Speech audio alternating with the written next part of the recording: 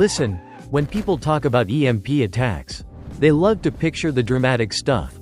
Cars dying on the highway, planes falling out of the sky, transformers popping like fireworks. But here's the truth no expert likes to say out loud. The real danger of an EMP isn't the destruction of electronics. It's the destruction of human assumptions. You don't collapse because your phone dies. You collapse because every system your brain quietly relies on evaporates in the same second. And the way people react when the world goes silent is a lot uglier, faster, and more biological than most of us are ready to admit. The first consequence nobody wants to discuss is how violently your internal sense of time breaks. We take clocks for granted, not just the ones on the wall, but the ones inside our bodies. After an EMP, everything that keeps your rhythm consistent disappears at once. No phones, no digital cues, no sound of distant engines or humming city noise. Your brain starts drifting, minutes stretch, hours warp, and your internal clock scrambles to compensate. People think losing technology is the problem, but losing temporal stability is worse. When your sense of time cracks, your decision-making goes with it. The brain hates uncertainty, so it starts generating phantom patterns. You think you heard a generator, or footsteps, or a car coming back online, but it's just the mind trying to pin reality to something solid. And when it can't, panic takes the wheel long before hunger or cold ever show up. Right behind that comes the sensory distortion. Nobody explains this part, probably because it sounds too soft compared to the macho apocalypse fantasies. But your senses don't behave normally when the world abruptly loses all electromagnetic noise. The hum of modern life, Wi-Fi, engines, transformers, LED flicker, is constant. Remove it instantly, and the silence doesn't feel peaceful. It becomes pressure. Your hearing sharpens to the point of paranoia. Your vision feels grainier. Your brain keeps pinging the environment looking for cues that aren't there. It's like your biology is whispering, something is wrong, and it never stops whispering. People lash out, freeze, misread danger, or walk straight into unsafe areas simply because their senses aren't calibrated anymore. But the most dangerous part is the social collapse that happens inside each person before it happens outside. Nobody wants to admit that humans aren't built for sudden, total uncertainty. When an EMP hits, there's no blast wave, no flames, just a world that stops responding. And when a system stops responding, the mind assumes the worst. People shift into primitive threat scanning. Who's a danger? Who has resources? Who's watching me? The scary truth is that distrust spreads faster than darkness. Neighbors who joked with each other yesterday now guard their doors. People who promised to stay calm start hoarding in secret. The absence of information becomes the most powerful weapon in the room. And it turns ordinary people into unpredictable variables. Another consequence experts love to skip is what happens to medical systems. Not the machines. Everyone knows those fail. But the biology of people who depend on routine stability. Stress hormones spike and don't come down. Diabetics lose track of timing. People with heart conditions experience harder arrhythmias. Sleep collapses because there's no artificial light to anchor circadian rhythm. So your brain starts releasing cortisol at random. The result? A population that gets weaker, slower, more irritable, and more desperate every hour. Survival isn't just about food and water. It's about keeping your biology in a stable enough state to think straight.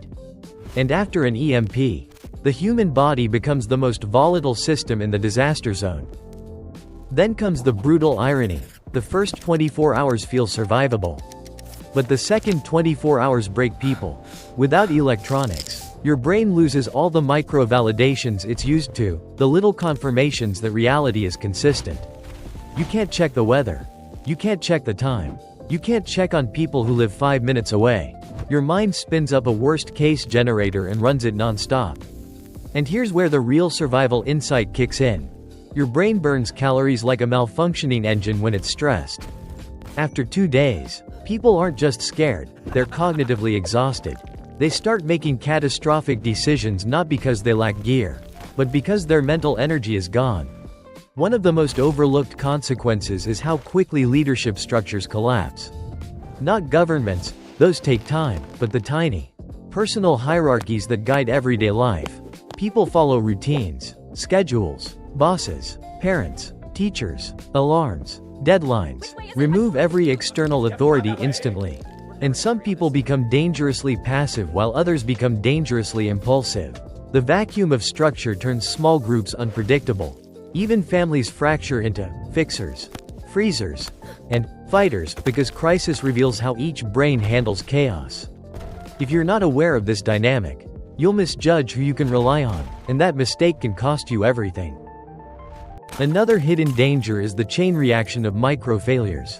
When the lights go out, people imagine a single big event, but the real collapse is thousands of tiny ones. Water pumps quitting, refrigeration dying, medication spoiling, sewer systems backing up, traffic controls staying red forever, factories freezing mid-cycle. You don't feel these consequences instantly, but they ripple out like cracks in glass until something finally breaks, usually sanitation or water quality.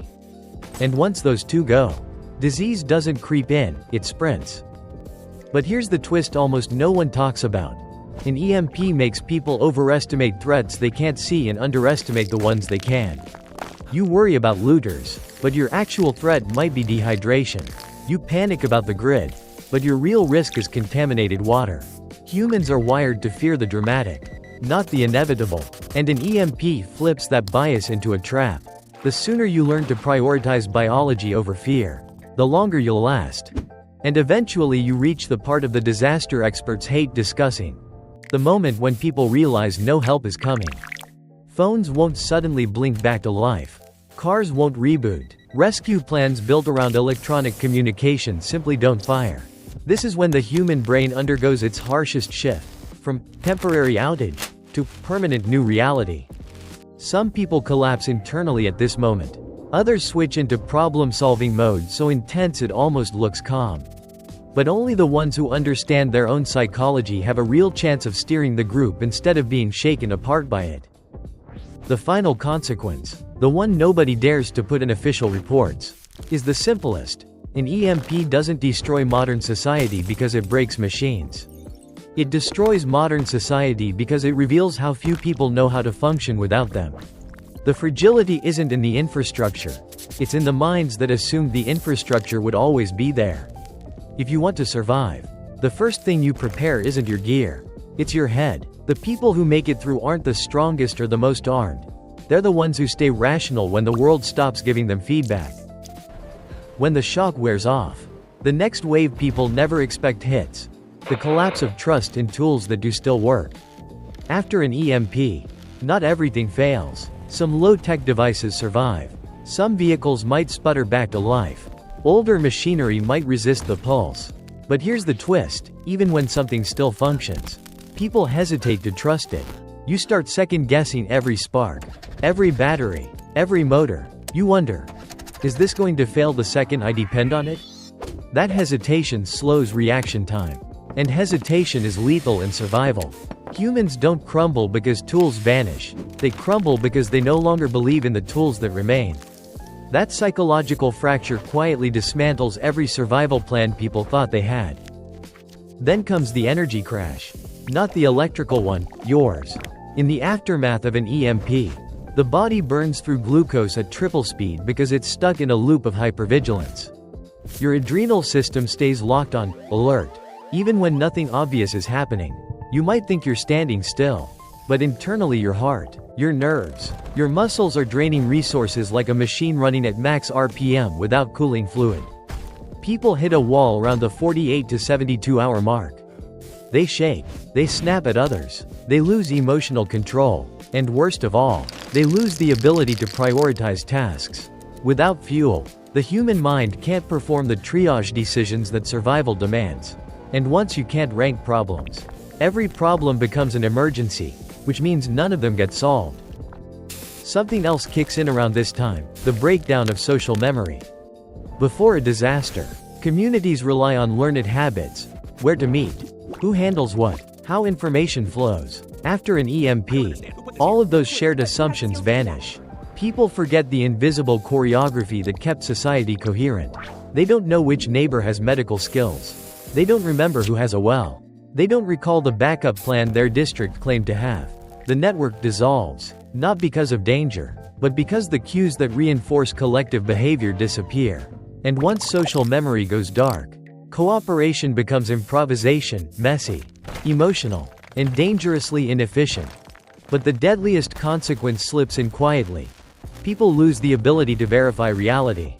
Think about it, in modern life, you confirm everything. You check the news, the weather, your phone, your messages, your maps, your clocks. After an EMP, information becomes rumor, rumor becomes belief, belief becomes action, and action becomes conflict. A single mistaken assumption: the water plant is contaminated, the city is being evacuated, someone is stealing supplies, can send dozens of people into spirals of paranoia that escalate far faster than hunger or thirst.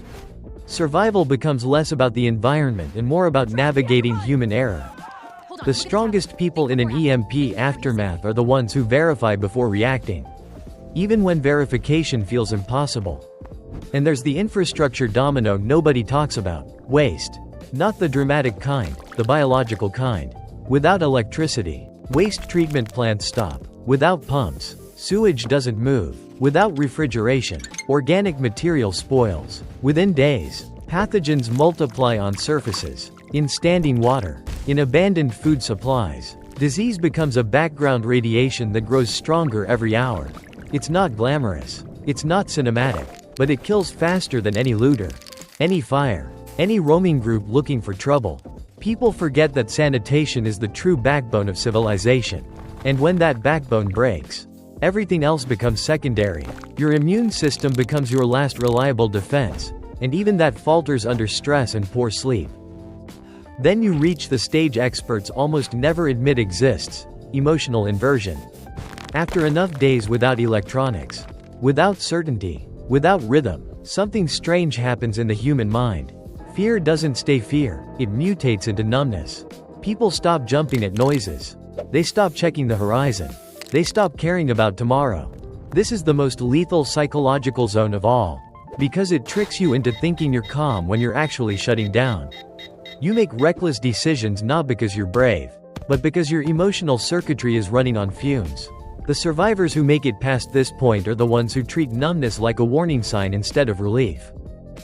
But there's still one more consequence, the one nobody dares to speak publicly because it sounds uncomfortably honest. An EMP forces people to meet themselves without distractions. No screens, no signals, no artificial noise. You're left alone with your mind. And you find out very quickly whether that mind is an ally or an enemy. Some people spiral into anxiety. Some get lost in regret. Some discover they can't tolerate silence because silence forces them to confront every unresolved fear they outran for years. And some, surprisingly, adapt. They build a new internal rhythm. They learn to create certainty instead of waiting for it. They stop hoping the world will reset and start acting like they can reset themselves. Those are the people who climb out of the collapse with clarity instead of scars. And here's the uncomfortable truth tying it all together. An EMP doesn't send us back to the Stone Age.